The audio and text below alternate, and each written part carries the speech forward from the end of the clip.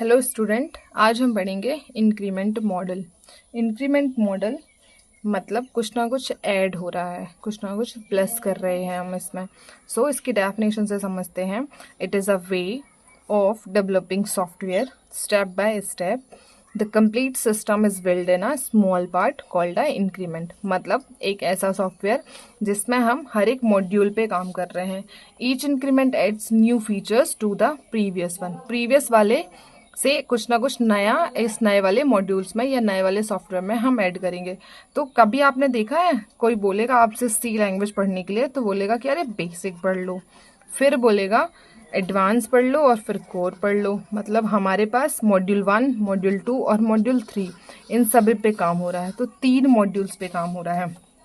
एक मॉड्यूल पे मैंने बेसिक पढ़ा, सेकेंड मॉड्यूल पे मैंने थोड़ा और एडवांस पढ़ा और थर्ड मॉड्यूल पे मैंने थोड़ा और ज़्यादा एडवांस पढ़ लिया। तो ये 3 मॉड्यूल पे काम करता है इंक्रीमेंट मॉडल।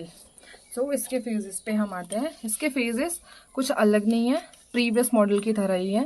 जैसे कि requirement phase, design phase, implementation, testing and deployment.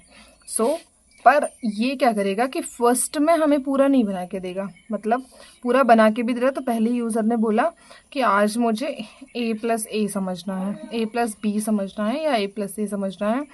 तो हमने उससे बता दिया कि 2+2=4 होता है। कल वो आएगा कि तो बोलेगा नहीं, मुझे 2+2 बस नहीं समझना, मुझे -b समझना है। तो ठीक है, a+b और a-b भी हमने आज उसे पढ़ा दिया। नेक्स्ट वो आता है कि नहीं, मुझे सिर्फ प्लस माइनस नहीं देखना है, मुझे इनटू भी समझना है। तो a+b+a-b और a×b। तो हमने उसे क्या किया, डिफरेंट मॉड्यूल पे पढ़ाया। पहले वो हमारे पास बेसिक रिक्वायरमेंट लेके आया था, फिर उससे थोड़ी और एडवांस और थोड़ी और एडवांस लेके आया। तो हमने उसको उसकी रिक्वायरमेंट के अकॉर्डिंग पढ़ाया। This is phases of increment model. Next we learn about the advantage and disadvantage of increment model. First is a easy to understand. यदि मैंने बेसिक से क्रिएट किया है तो वो क्या होगा, easy to understand होगा। मॉड्यूल 1 पे ही काम हो रहा है तो easily हम अंडरस्टैंड कर लेंगे। Next is a early delivery of a working software. अब आप ही बताइए, early delivery of a working software मतलब यदि मुझे किसी सॉफ्टवेयर पर जल्दी से काम करना है या मुझे कोई काम करना है, तो आपकी मम्मी ने आपको एक छोटा सा काम दे दिया। अब आप वो छोटा सा काम तो जल्दी कंप्लीट कर लेंगे ना। तो अर्ली डिलीवरी, जब हमें कोई छोटा सॉफ्टवेयर बनाना है तो हम क्या कर रहे हैं, जल्दी डिलीवर कर रहे हैं। Next is a lower risk, मतलब छोटा प्रोडक्ट बना रहे हैं हम तो रिस्क भी कम होती है।